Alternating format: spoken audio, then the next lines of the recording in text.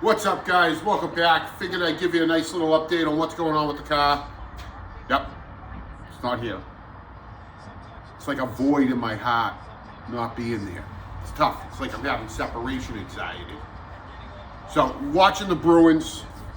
I don't know if it's going to work, but we'll see. Anywho, car. It's at the exhaust shop. Getting that squared away. Just because with the new motor mounts, they are sitting higher than the motor mounts that I had in there before, which were the factory ones. I'm sure it was sagging quite a bit, those old rubber mounts, 30 plus years old. So those probably weren't too healthy. So they're working on that. Hopefully I'll get that car back mid next week, hopefully.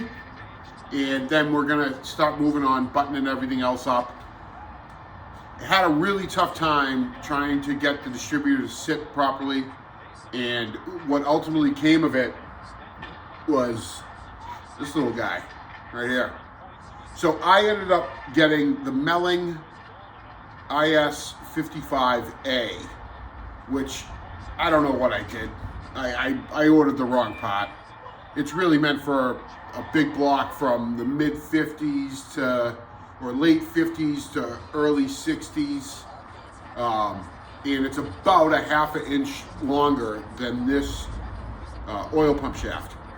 So got the new one today. Once I get the car back, be able to drop that in. Hopefully I don't have to pull the oil pin, because that's gonna be a bitch.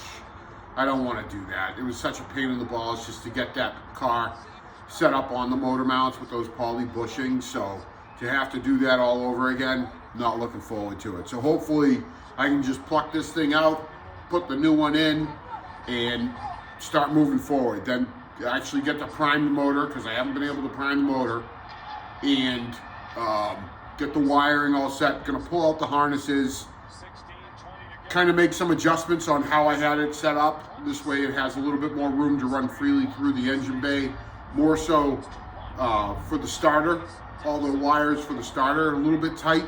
Need to loosen those up a little bit, get them a little bit more organized, and set the ECU on the Phytech EFI system, kind of figure out where I want to place it.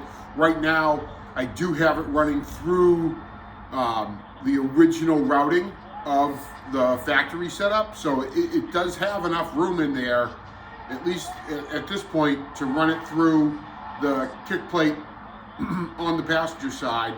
I just need to find a way to get it set or mounted in the dash area so it's nice and clean. I'm kind of a little bit of OCD when it comes to that stuff. I really want this thing to look as factory as possible, but also nice and clean. So when you're looking at the engine bay, you're not like, well, there's all these wires.